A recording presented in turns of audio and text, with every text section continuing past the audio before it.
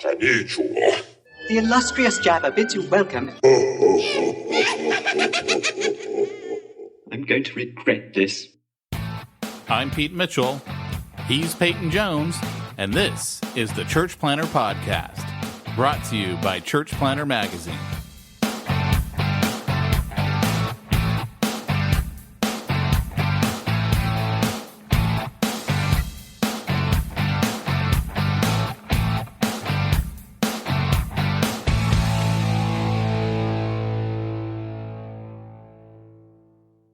Hey, Church Planter, this is Pete Mitchell.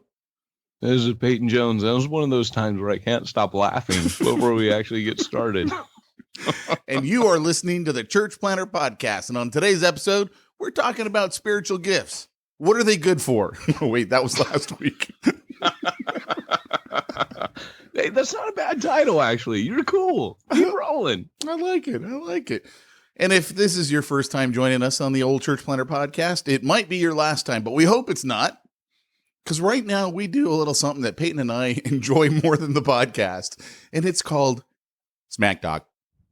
I think you enjoy it more than the podcast. I really do.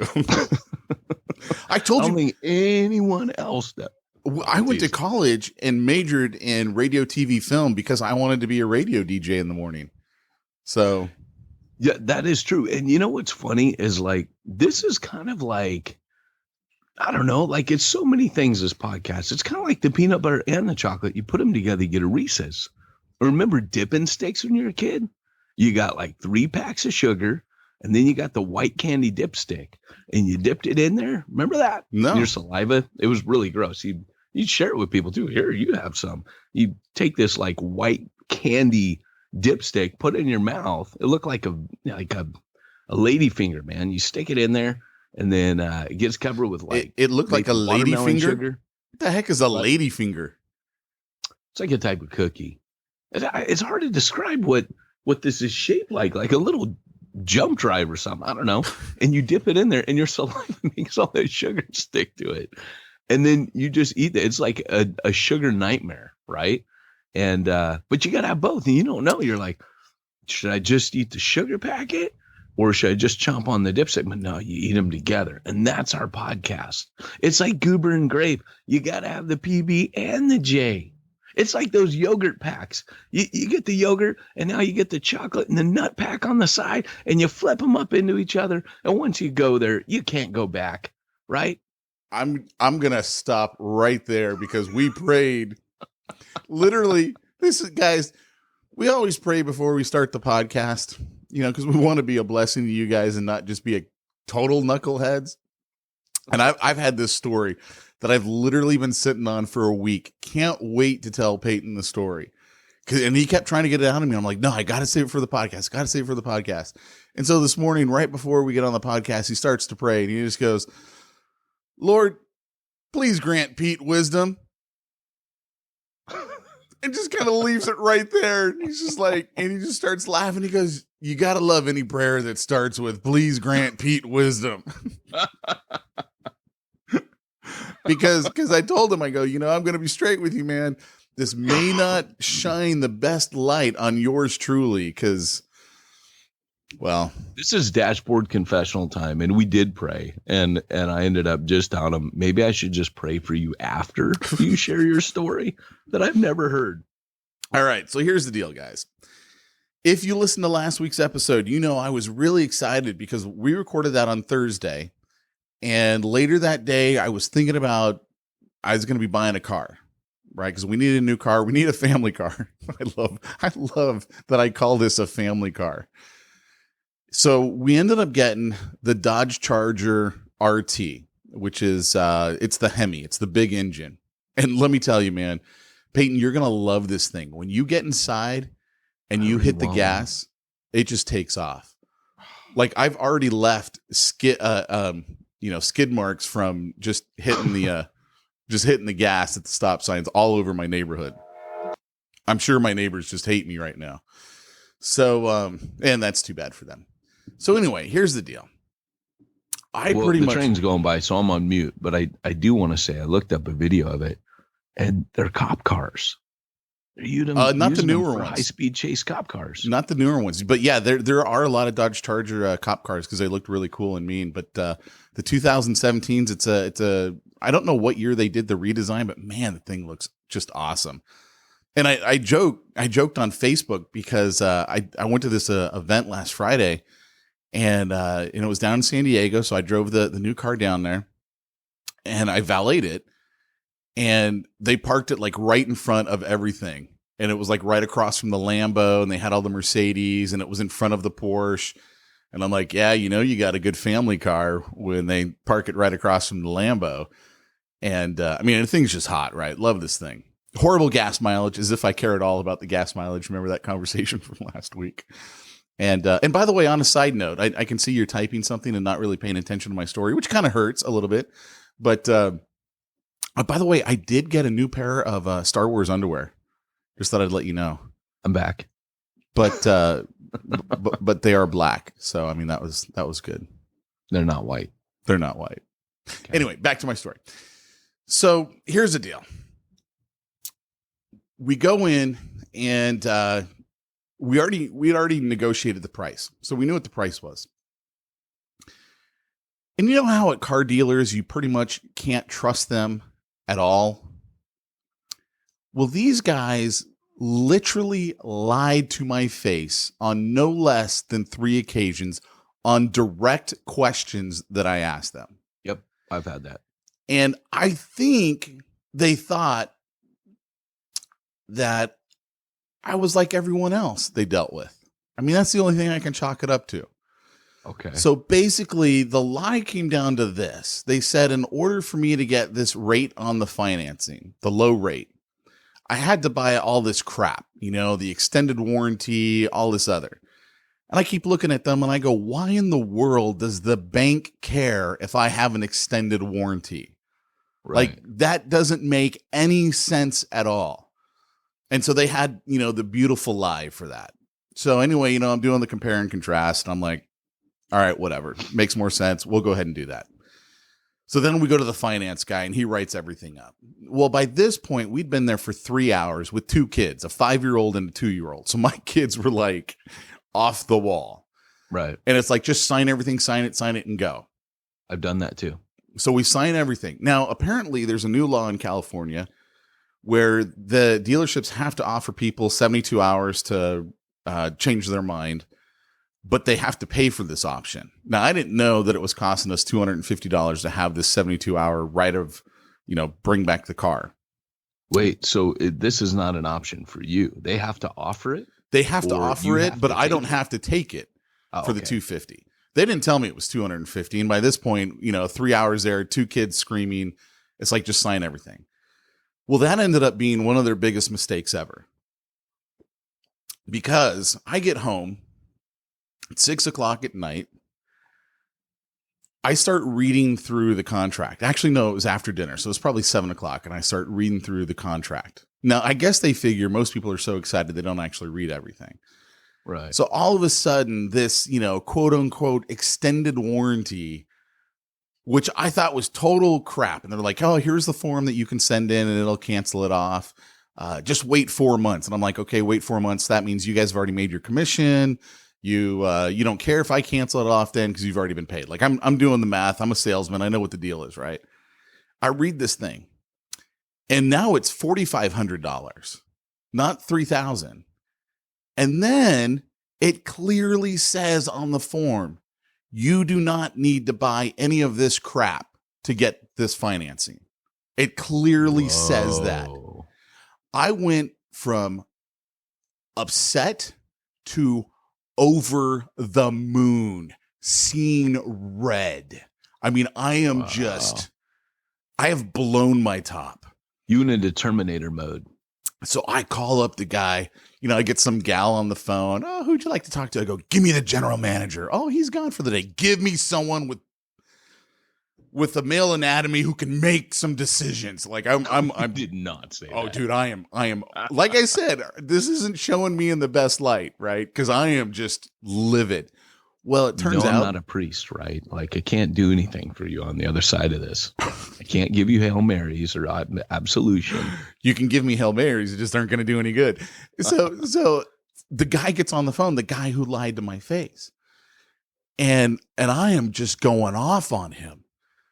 And he's like, oh, just come in right now. We'll fix it. Come in right now. I'm like, yeah, you're right. You're going to fix it. So I get in the car, get down there. Now it's probably about 8:30 at night. And I walk into the showroom.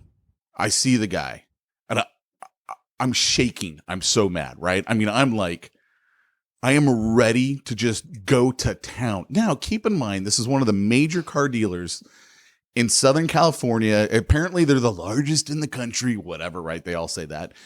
And I'm in the showroom, salespeople everywhere, customers everywhere, salesmen sitting down at their desk trying to negotiate.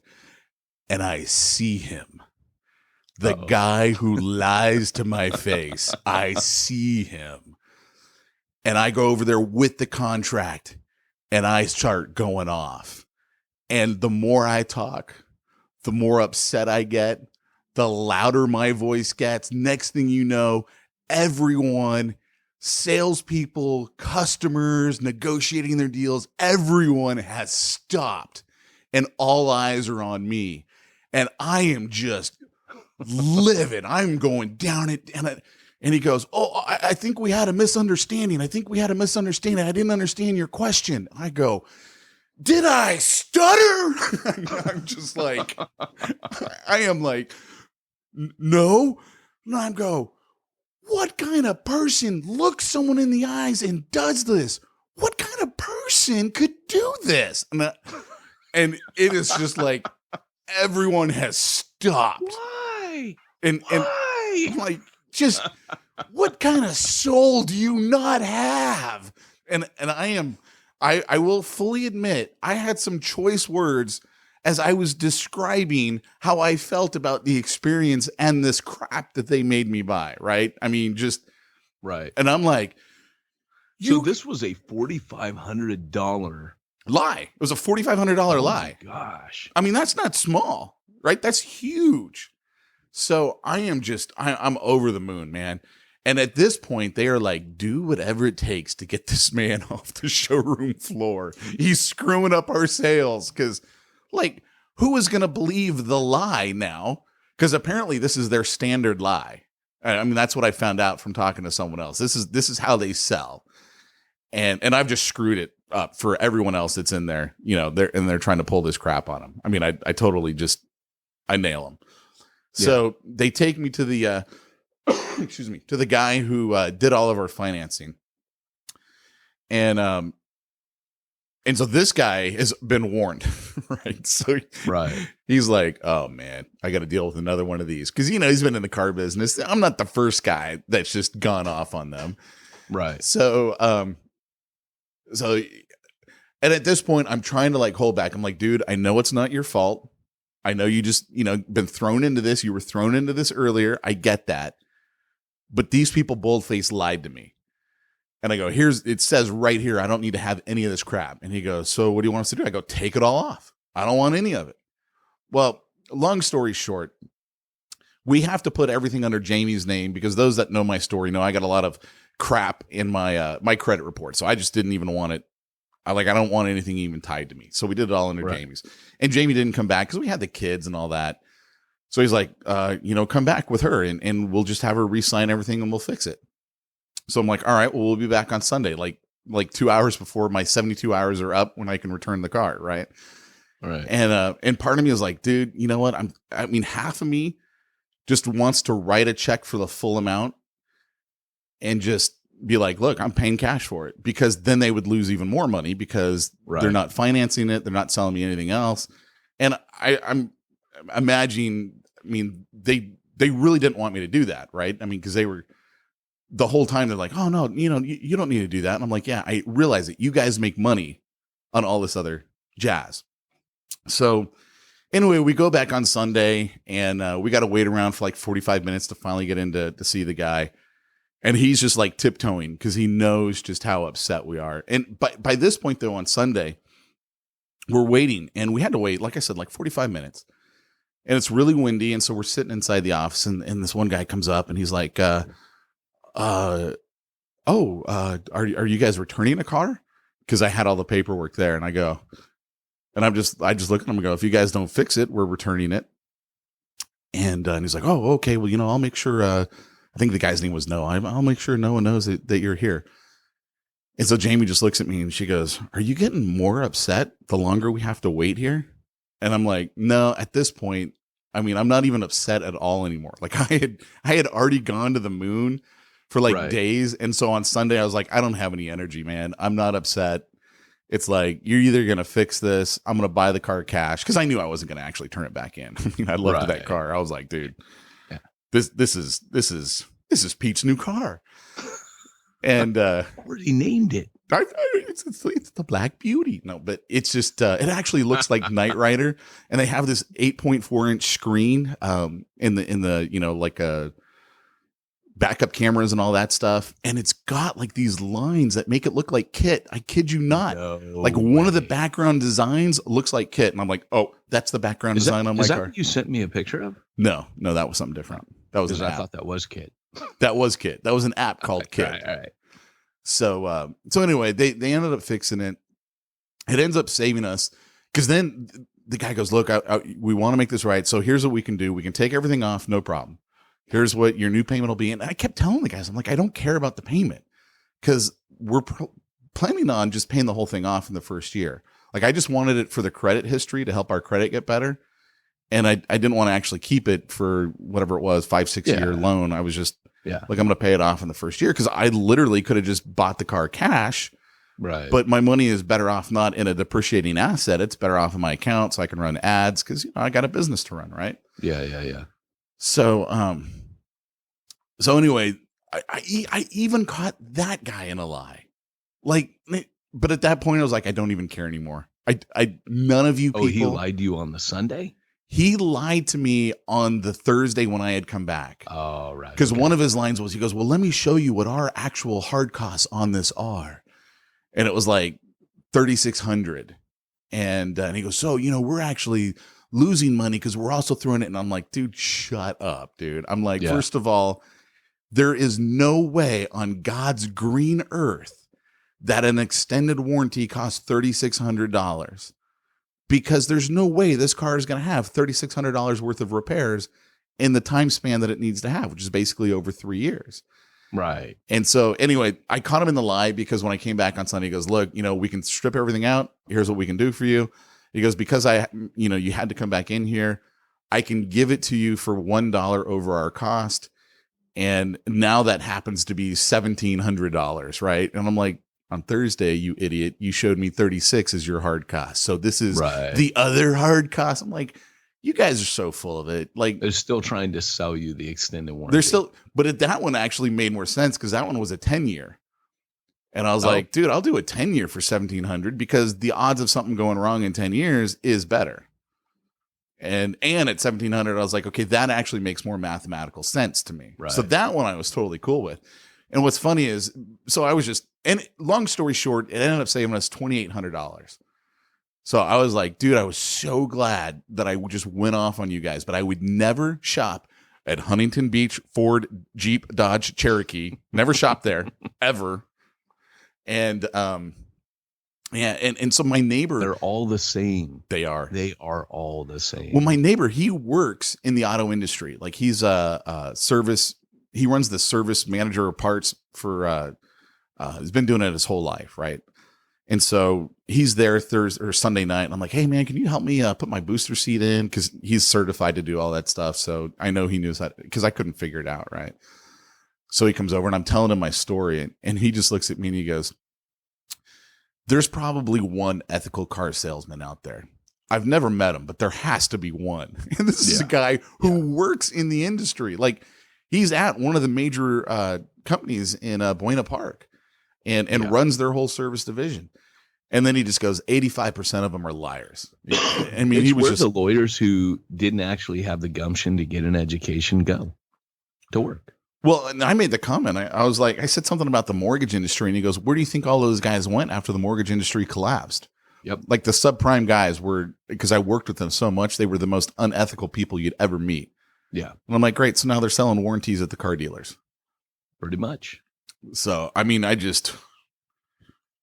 was livid. But the funniest part though, is just everyone stops. Everyone's staring at Pete. And I'm just laying into this guy. Just, did I stutter? Well, I think we had a misunderstanding, sir. Did I stutter when I asked you? It was so funny, man.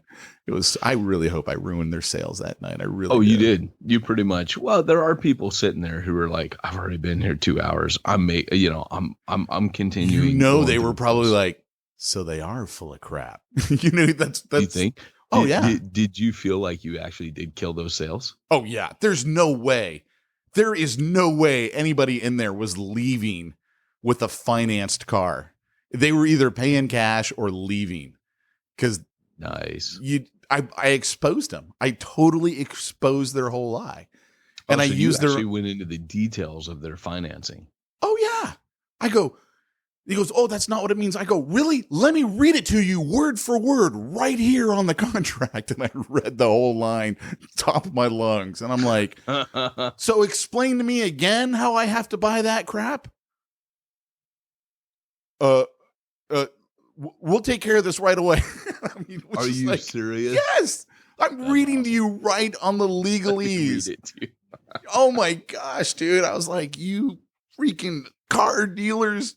So yeah. Well, in one sense, brother, there's a sense of justice there that somebody got caught, exposed, and I'm sure the fact they said we'll make this right. That's there's a piece of us that's rejoicing, with because we've all been. I had guys flat out lie to my face, and I lit up Yelp and all the reviews, and I was not the only one. My only regret was that I had not read the reviews before. But I mean, you talk about bold-faced lies. Oh yeah, right to your face. They were lying big time. Yeah, and they and two of them. I had two guys on me telling the same lie.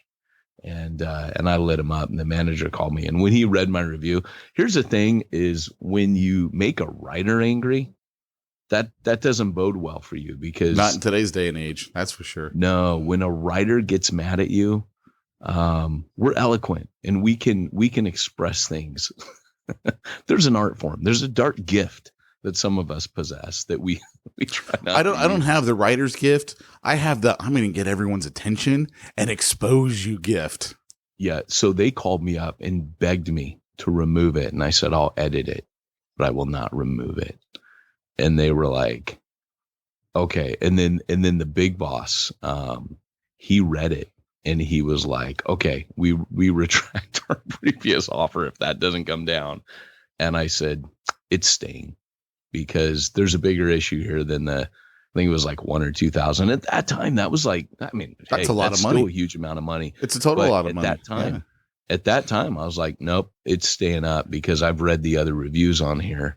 And as a matter of principle, other people need to be warned about you guys. You've been doing this to people a long time. Yep. And so my review stays. And the thing is, I looked at all the car dealers, and none of them were good. Like, they were all on Yelp 1 and 2 stars. Yeah. And I was like, so it's just the whole industry. Like, it really is as bad as everyone says it is. I mean, when was the last time I bought a car? It was like 2005. Was literally the last time I bought a car, because this was a Honda dealership that had actually changed their name. Oh, because they were so bad. Their reputation was so bad that they changed their name to get away from it.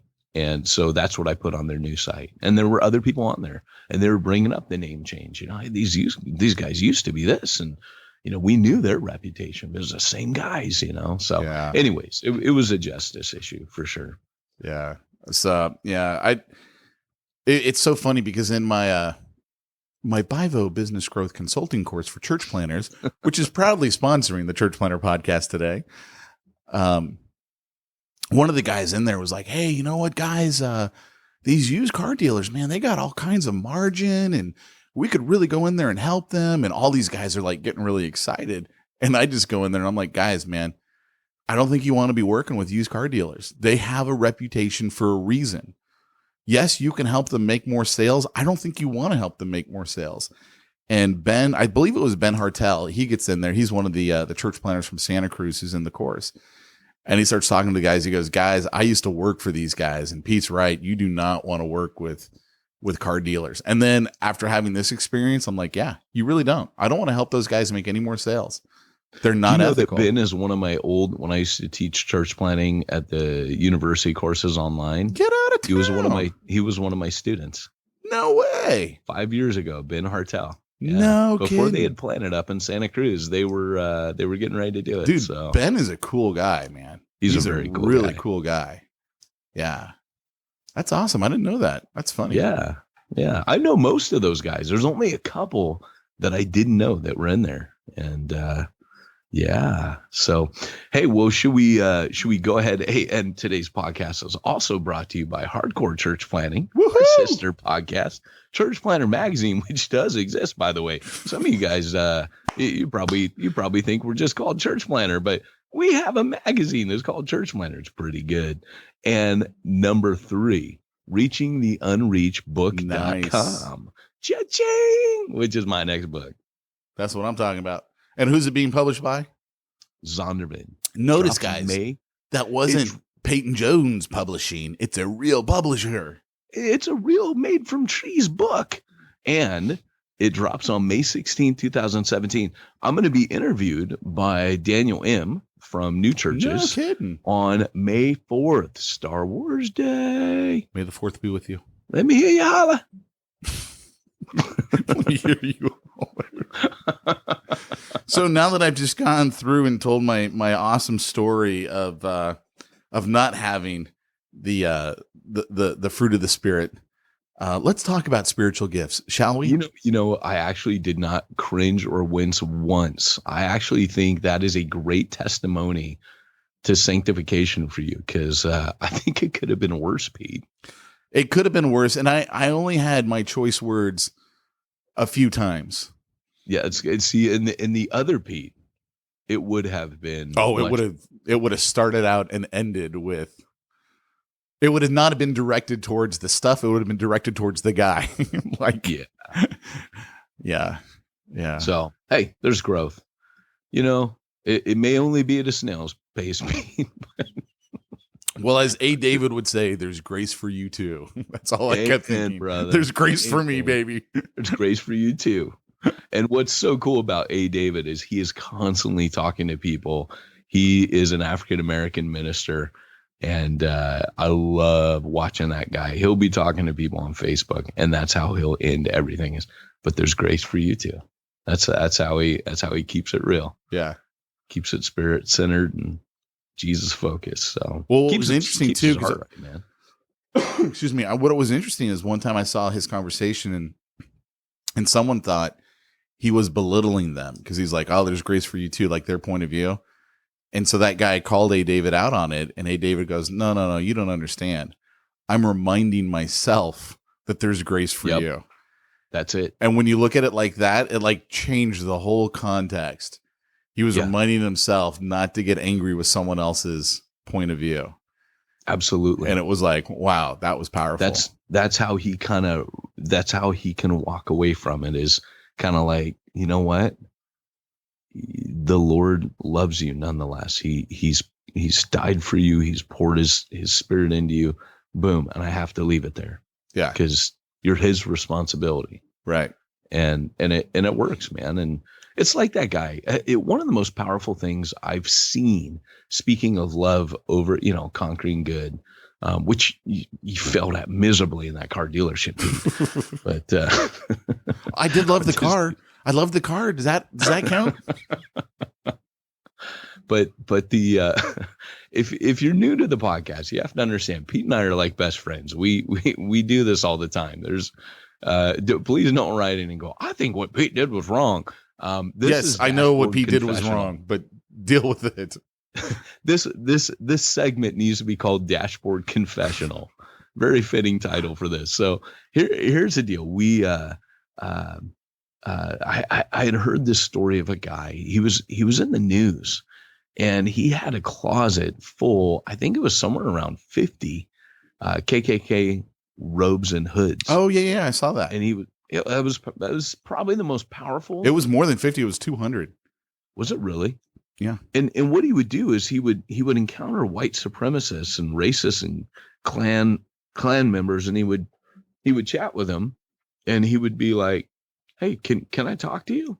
And they'd be like, "Go away," and and he'd be like, "Look, why don't you just sit down and have a cup of coffee with me?" And what he would do is he would start off with a question. He'd say, "Why do you hate me so much?" And he would just listen to all the racism, all the abuse. And he'd just talk with him. He'd say, "Well, I'd like to meet with you again, and hear more." And he'd just talk to him and get to know him. And in his closet, so like P said, over 200 robes and hoods, man, that were like trophies of people. Eventually, what would happen is they would get to know him, realize they were wrong. He obviously, like, he was a total Christian. He would also be sharing the gospel, and they would come to faith, or was he a Christian? See, I didn't remember reading that. So he was a Christian. He was a total Christian in the article I read. And what would happen is they would eventually hand over. He would ask him, "Can I have your hood? Can I have your robes and hood?" And he has them hanging up. They're like trophies. And it's a powerful reminder of how love overcomes hate. Yeah. Yeah. So very good. Okay. So should we get into it? Great, I want to make more jokes. But it's time for this week's topic. All right. Bear with me, because Pete and I established a signal. What was your signal when you want to say something? So that way, because it can't go into lecture mode on this, we got to talk about spiritual gifts, because obviously we've talked about the 5 rules now, and we're leading up to my book, which is a mobilization book, Reaching the Unreached, Becoming Raiders of a Lost Art, cha-ching. And the book is really a mobilization book. It's the next part of Ephesians 4, where it says, God has given the apostles, prophets, evangelists, shepherds, and teachers. That's great. That was Church Zero. Cha-ching. But now we're into the next book, which is the equipping of the saints. What did the Holy Spirit do at Pentecost? The Spirit fell, and that's kind of the big deal in my book. Is like, for example, yesterday, because I got the book coming out. Is it Bible Gateway, the big scripture site online? I have no idea. I'm doing an interview with them, and they were like, "Hey, we want you to comment on this study that was done on people evangelizing." And it's something like 7% of evangelicals, and they're the highest percentage, share their faith on a monthly basis. Really? So once a month, 7% of evangelicals share their faith one time. So anyways, so they're like, "What do you think of this?" And it falls in perfectly with my book. So after this big interview, they wanted me to comment on that. And I'm like, look, it just says everything that I'm saying in this book. And that is, Jesus tells them, look, wait, you need this empowering. And we're living in a time of drought. We're in a time where, it hasn't rained in California forever. And we say we're in a drought. Well, this year, that drought ended. I mean, we had a deluge of rain this year. I mean, so much rain, it looks like Hawaii here at the moment. And so, and I said, in the way that we have this hardwired into the universe, this is also a spiritual condition. And when the deluge happens again, it's called revival, when we have an outpouring, when the Holy Spirit, and of course you got Pentecost, where it's the empowering for mission. Jesus tells them, "You'll be my witnesses. You'll be empowered. You'll receive power from on high." And then they go and they share and they witness, and they're beaten, and they go right back to prayer in Acts chapter 4, and they pray again. The Spirit, it says this time, shakes the building, alights upon them again, fills them. It says that they arose filled with the Holy Spirit and preached the gospel with boldness, so that many more were added. So there was this empowering again. And so I point out that, look, this Pentecost was not like a one-time deal, right? I hold to Lloyd Jones's very powerful exposition of this whole, we talked about systematic and biblical. Well, Lloyd Jones has a systematic of, revival and the empowering of the Holy Spirit. And so my book kind of builds on that. It quotes from Tozer a lot. But really, when Peter stood up at Pentecost, they're like, what is this? And Peter quotes Joel in answer to it.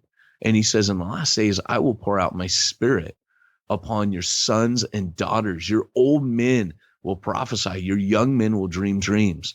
And he says, this promise is for you and for all of your children and as many as will call upon the Lord our God.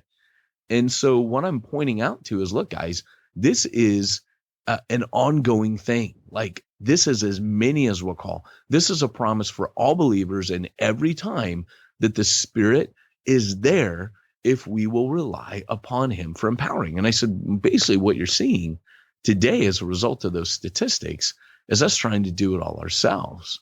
And we just can't. And the letters to the 7 churches my book opens up with is Jesus kind of talking to them when they've kind of left him in the dust. And he's like, look, you can't do this. I told you at Pentecost, you needed to wait. You need to wait on me. You needed this empowering. Then you'll be my witnesses. And we still haven't learned that lesson. So the book is basically about leadership's responsibility is to do what Peter did. And that is look at the people, the men, the women, the children, the old men, the old ladies in front of you and say, this is for you. We're not going to do this for you.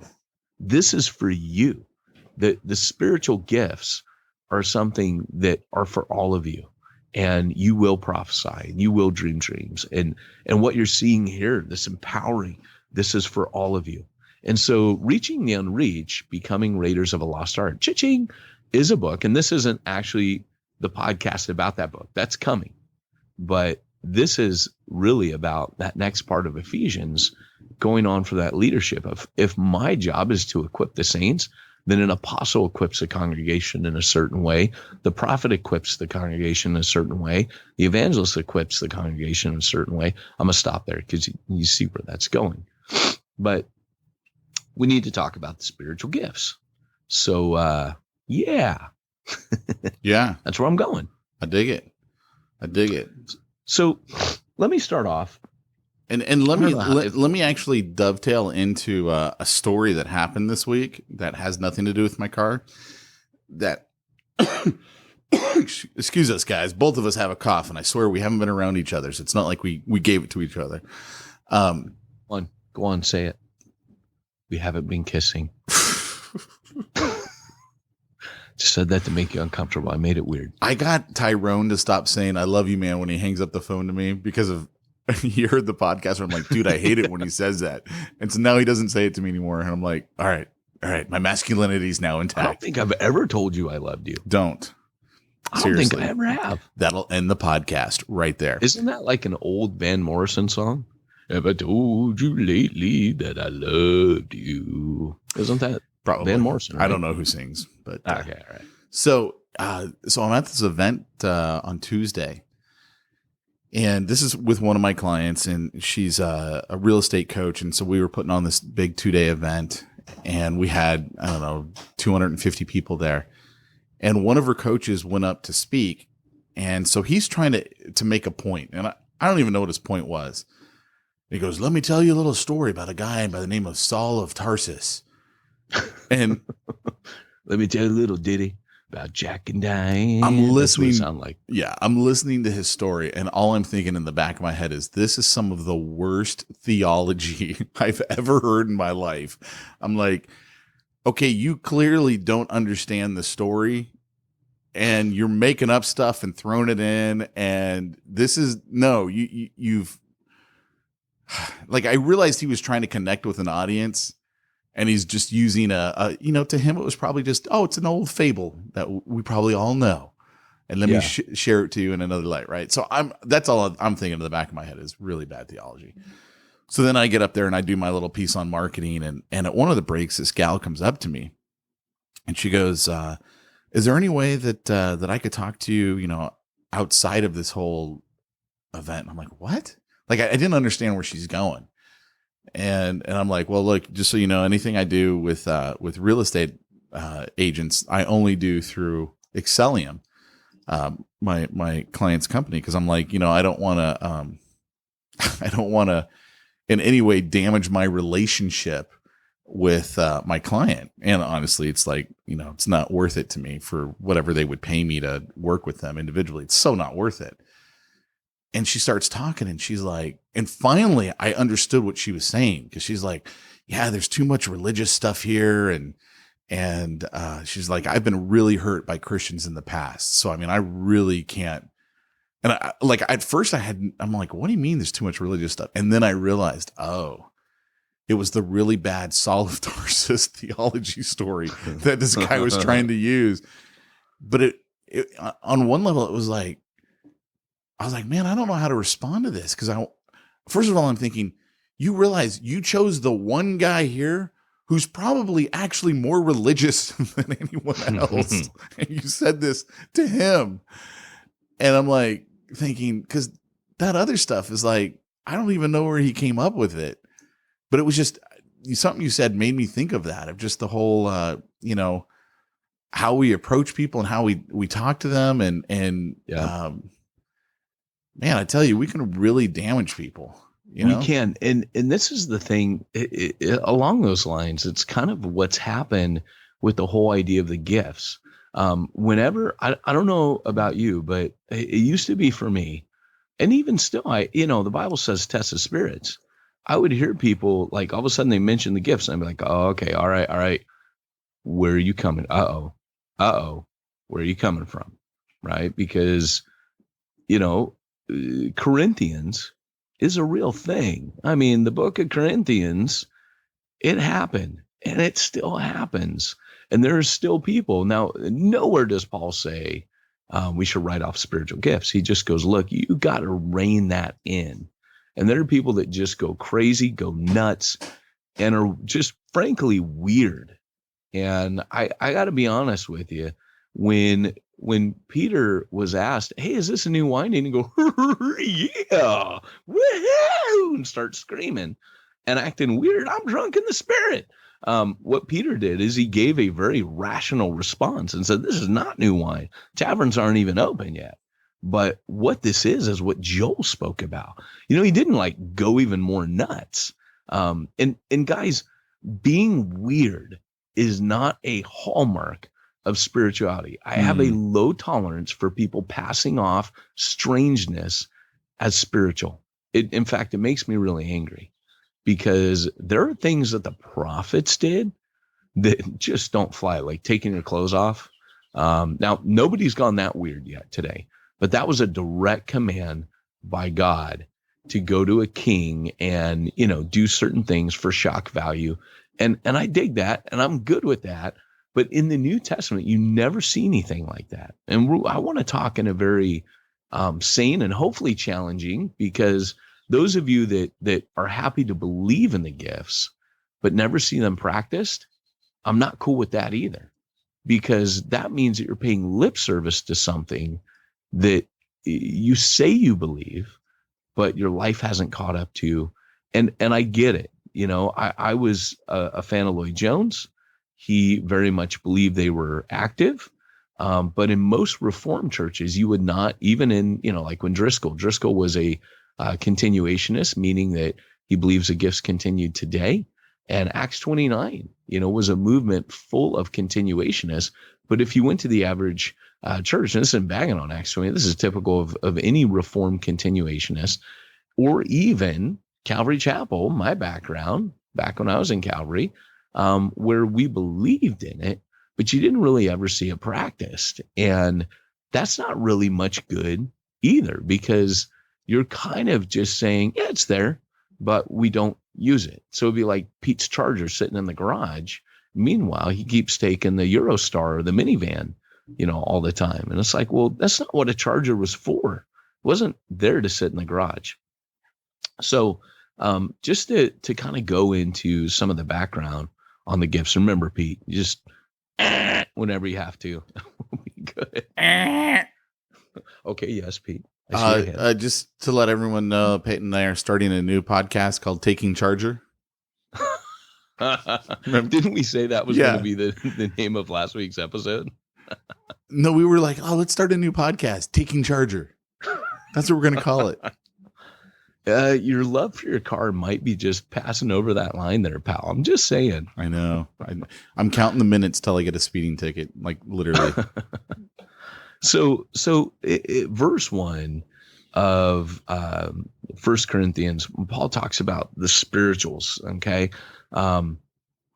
He mentions, to those of you who are spiritual, I write, and there, I think he's being sarcastic when he writes that, to those of you who are spiritual. And I think they were hyper spiritual. They really had used the gifts as a way of seeing themselves better than other people. And there was weird stuff going on. So you know that Paul's already been calling them all throughout the letter. He's been calling them carnal. He repeats that phrase multiple times, that you're carnal.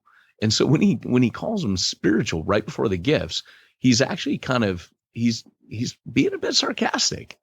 And just to let you know, there is no connection between the gifts and your spirituality. In other words, character and gifting are in two completely separate buckets. Really? That's why you can have a guy who is sleeping with prostitutes, doing cocaine, doing all that stuff, which if you've never heard of a preacher doing that, just turn on channel 40 TBN, God channel. It's there. And it was a big thing in the 80s. You should have been there. But the reality is, meanwhile, this guy's leading all kinds of people to faith. His church is growing. He's a great communicator. Giftedness and character are two different things. That's why when Paul says someone should be an elder or a deacon, he speaks about their character. The only time he says giftedness, he says able to preach, but that's it.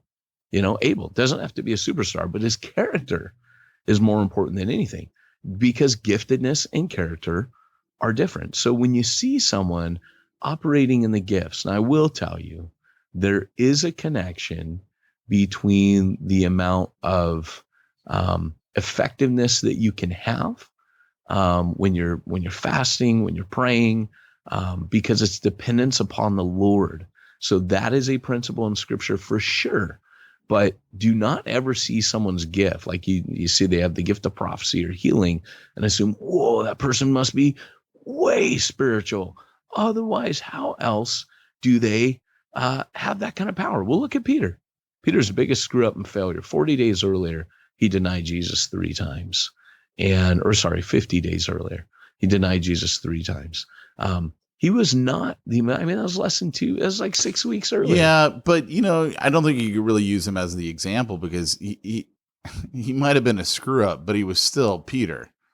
I mean, he was still Peter. An incredible leader in the church. But my point is, I'm not saying his character wasn't there, but what I'm saying is, often when God uses you, it is not, your gift isn't like, well, you were given this gift because you're so holy. When you're saved, you're given gifts, right? When the Spirit comes in you, the gifts are the outflowing, the outworking of the Holy Spirit through Pete, right? It's the outworking of the Holy Spirit through Peyton. And it's not because I'm holy that I have gifts. Do you understand? I understand what you're saying. For me, I find this topic difficult. And that's why I said, this is definitely going to be one that we interact on, because I don't understand the gifts. And as many times as I've heard people talking about the gifts, I'm like, I don't get it. I don't get it, because I don't know that I have any gifts. I don't know that I have any spiritual gifts. You have the gift of giving, and you definitely have the gift of compassion, not if even though you don't hug people. Even though you won't hug people. The gift of compassion. That's just comedy, man. But you do. No. I have the gift of giving you a piece of my mind, baby. You know who you have compassion for is church planners. And the proof of it is this podcast, which would not have happened without you. The magazine, which would not. So much of what we do would not have happened if you hadn't developed a heart for church planners, because they're on the front lines. And okay, but karate man, all right, so let's say that's true. I fill up with tears when we were interviewing back in the early days, missionaries and people off the field, back when we were doing a bunch of video interviews. Karate man, don't cry. You don't bruise on the outside, bruise on the inside. I'm just saying. But okay, but let's take your line. Okay, when you're saved, you get these gifts. Yeah. I was saved when I was 5. What gifts did I get as a 5-year-old? I mean, how do you know you got gifts and it's not just who you are as a person. I mean, you're 5 years old. Yeah. Okay, that's a really good question. So the gifts can be linked to your personality, but not always.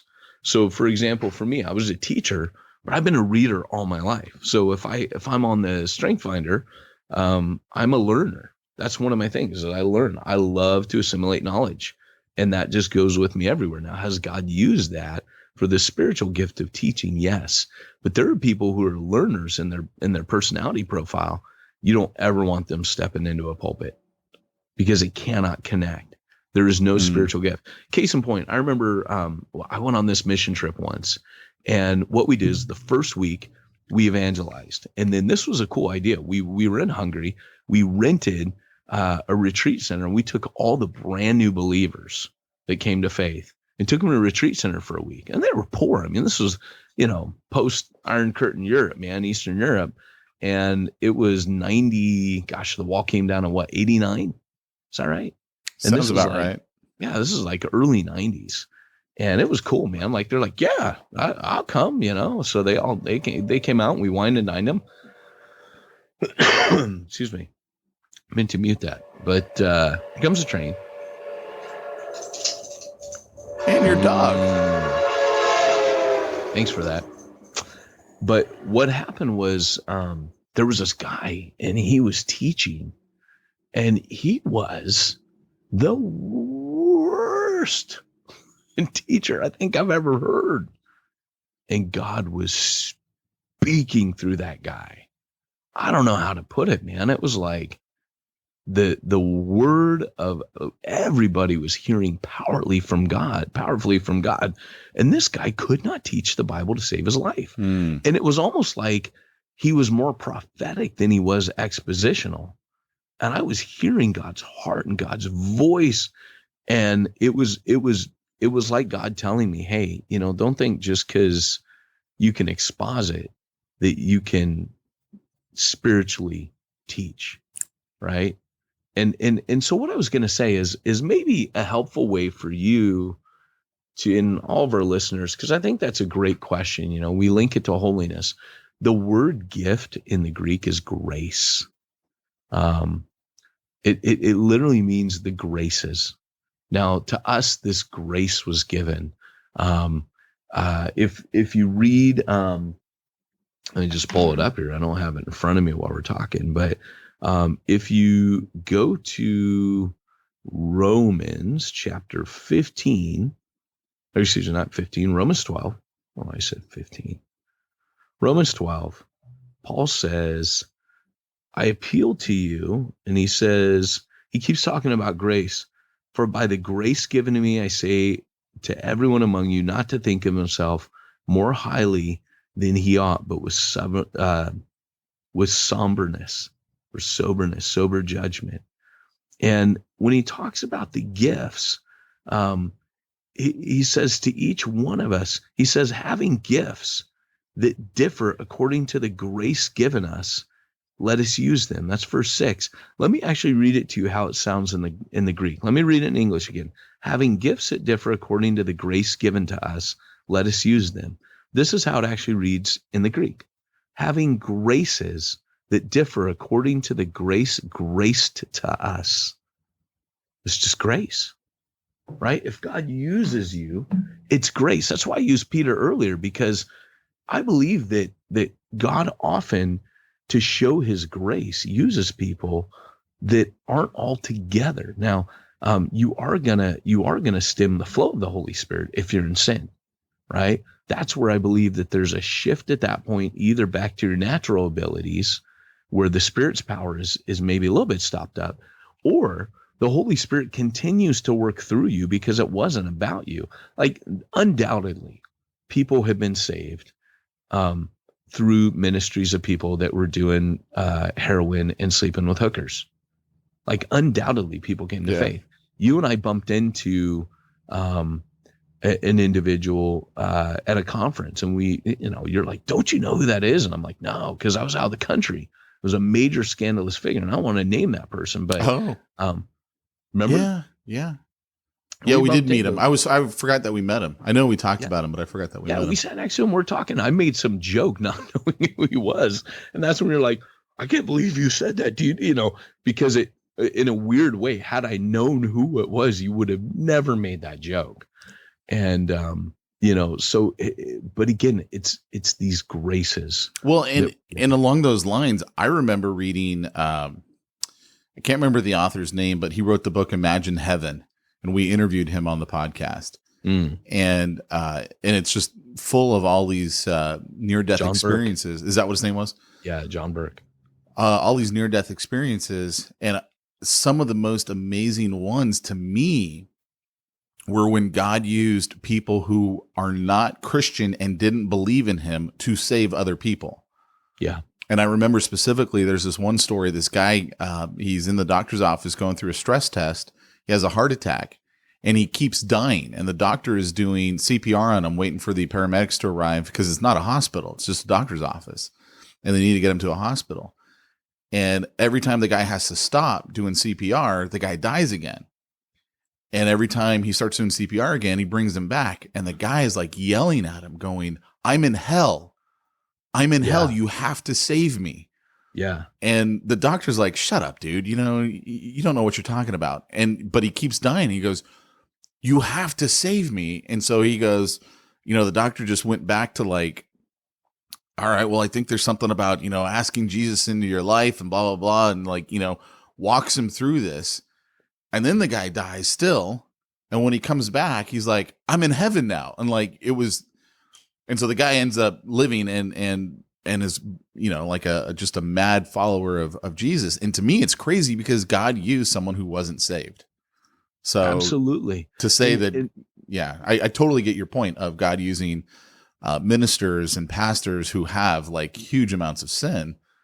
He uses unsaved people. So he does. And in 1 Corinthians 12, Romans 12 and 1 Corinthians 12 are the two major gift chapters. And, in that one, in verse 7, it says, to each grace is grace, the manifestation of the Spirit for the common good. For to one, grace is graced through the spirit of utterance of wisdom, and to another, the utterance of knowledge, according to the same Spirit. And so, again, the language, whenever Paul uses it, it's awkward. The translators don't translate, even though it's the same word, the charis word, which is why we get charismatic. But charis is charity. Charity means grace. I know we say it's love, but it's actually grace. The charismata literally means the graces. The gifts means graces, because gifts are something you don't earn. And so it's helpful for people to know that this is actually the word in the original, and it reads awkwardly to us because, by his grace, these graces were graced. But Paul's bending over backwards to tell us, and I do believe that there's greater effectiveness through holiness. I do. But at the same time, just by nature, we have to be careful because that guy's still a sinner. And so are you. And it's why I believe God uses Peter. The only guy who sinned worse than Peter was Judas. And I'm not being hard on Peter. I think that God and Jesus was very strategic to use him as the poster child of grace, as the guy who had been broken by his sin. And God's like, let me show you the people I use. And he uses Peter, busted up, broken, and just, where he surrenders and goes, Lord, you know all things. I love you, And there's like that surrender, like he's not going to argue that he loves. There's just a slipping into it. So, interesting. Where are we at for time? We got a couple more minutes. We got we're at 58 minutes, but along the lines of what you just said, that a point that I always find fascinating. It's really, I only discovered it maybe in the last 2 years. Judas was granted gifts when Jesus sent, out everybody. He was one of the guys that got sent out, which means he did miracles, and yet he still ends up denying Christ. Yeah. I find that so fascinating. It's really, Judas is an interesting guy, there's different people that look at the translation of what Jesus says, like, yet one of you, certain people are like, no, he wasn't saved. Other people are like, yeah, I think he was. And it would be greatly encouraging to me if we get to heaven and Judas is there. And the only reason why I never thought that was because isn't there a line, it would have been better had he never been born? Isn't that one of the lines in the Bible? Yeah. He says something, but woe to him by whom the Son of Man is betrayed. And when it says that he was, destined, the son of perdition, or, all those things, you wonder in that, is Jesus, I actually want to do a study on this because I've always assumed that Judas went to hell. And now I'm like, I was reading the other day where Judas hangs himself, and I'm like, is that what Jesus meant by destruction? Because there is a sin that leads to death. I was musing on, what did Paul mean by that? There is the sin that leads to death. And is he talking there about, Judas? Is he, so it's a deep argument. I mean, what happened? But I would find it greatly encouraging if, even despite that, Jesus was like, yeah, you betrayed me. But seriously, you could see Jesus forgiving even that. Well, I think you could very easily, because he's forgiven me of all my crap. So, I mean, we know. We don't know. We don't. We won't know on this side. But I mean, and we know that there's only one thing that's unforgivable. Yeah. And so let me just kind of unpack how deep this rabbit hole goes in 1 Corinthians 12. And this is something, it's really interesting because I served with Jeff, who was a prophet. And just so you guys know that we're a prophetic leader, Jeff would like shrivel up if I said he's a prophet. He would, in the sense of the, not the Old Testament sense, but the New Testament sense, where, he's a prophetic leader, and the apostolic leader recognizes other people's gifts. That's what he's really good at, which serves a great function for church planting. And how to order people and line them up and put them where they need to be. But, and you're the mobilizer. But a prophetic leader stirs up the gifts in people. So if you have a gift that's laying dormant, the prophet is the prophetic leader in your midst. If you were in a home study with him, he's going to start drawing out of you. He's going to see it, and he's going to start pulling it out of you a bit. And I have watched that happen. I'll never forget that when Jeff came and spoke at Refuge Long Beach, there was a line of people, like a crowd around him at the end, because, and it wasn't like we just said, hey, if you want prayer, we say that every week. But that morning, people just, it's like they knew. And I mentioned how when he was out for 2 weeks, I ended up in a handful of serious exorcisms with him. And when we were out there, we were in exorcisms and healings, and that's just what happens around prophetic people.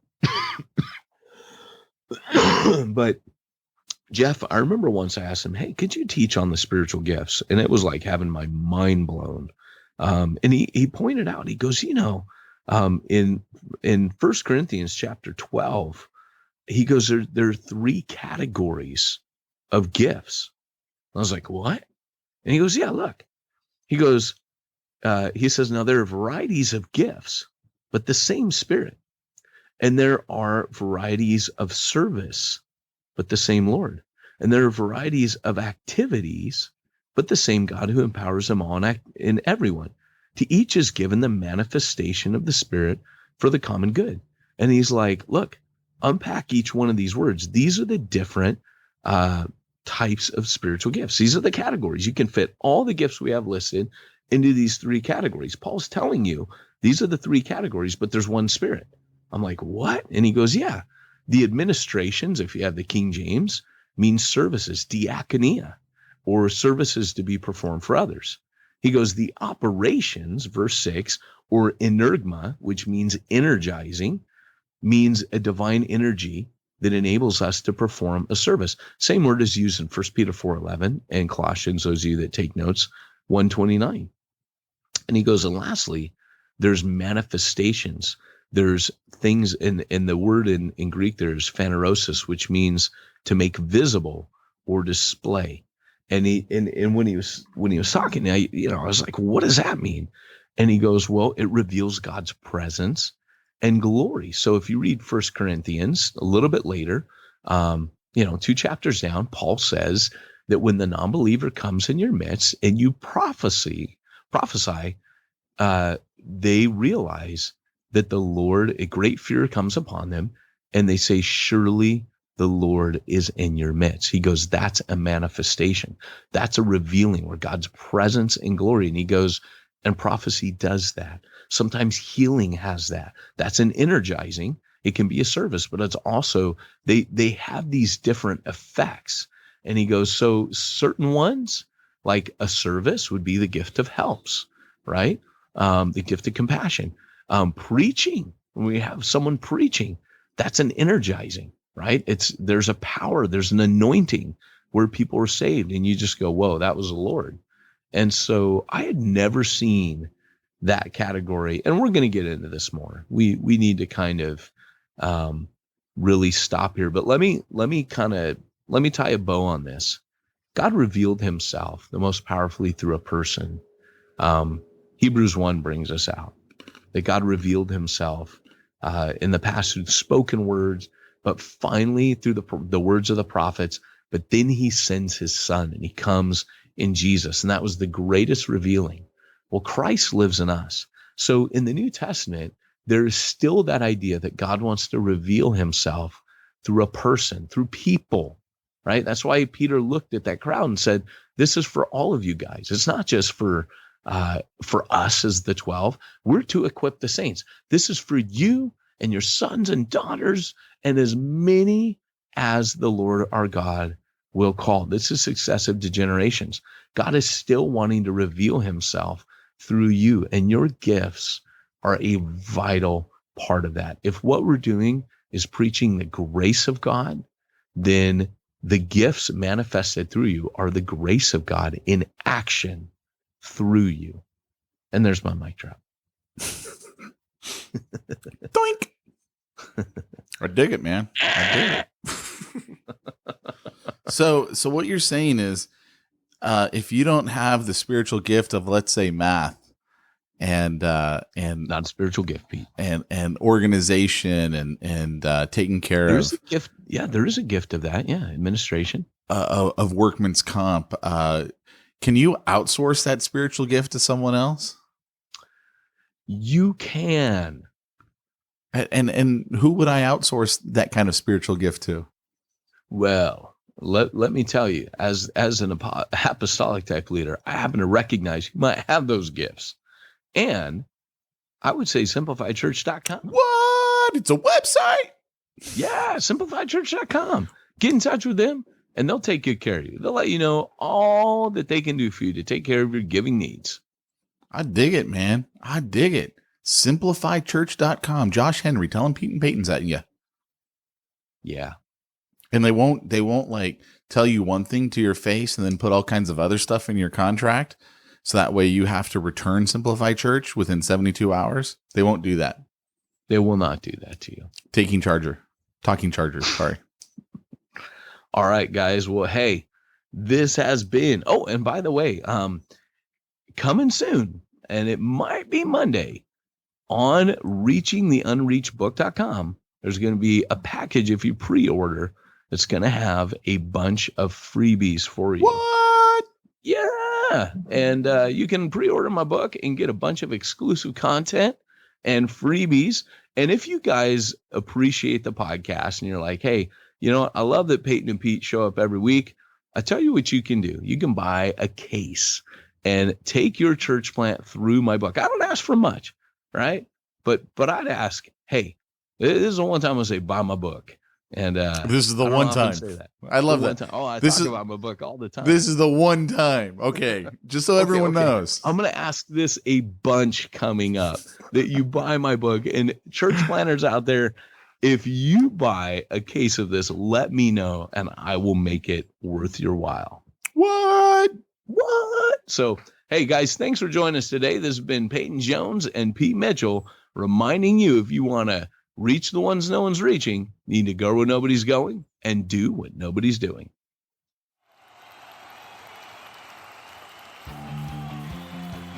Thanks for joining us for another weekly episode of the Church Planter Podcast with Pete Mitchell and Peyton Jones. We'd love to hear your comments on this episode of the Church Planter Podcast. Visit us online and let us know what you thought at churchplanterpodcast.com. If you subscribe to us via iTunes and have enjoyed the podcast, leave us a positive review. The more positive reviews we receive in iTunes, the more iTunes will promote us to other church planners who would benefit from this show. This podcast is brought to you by the Church Planter Magazine, which is available in the iTunes newsstand or online via churchplantermagazine.com.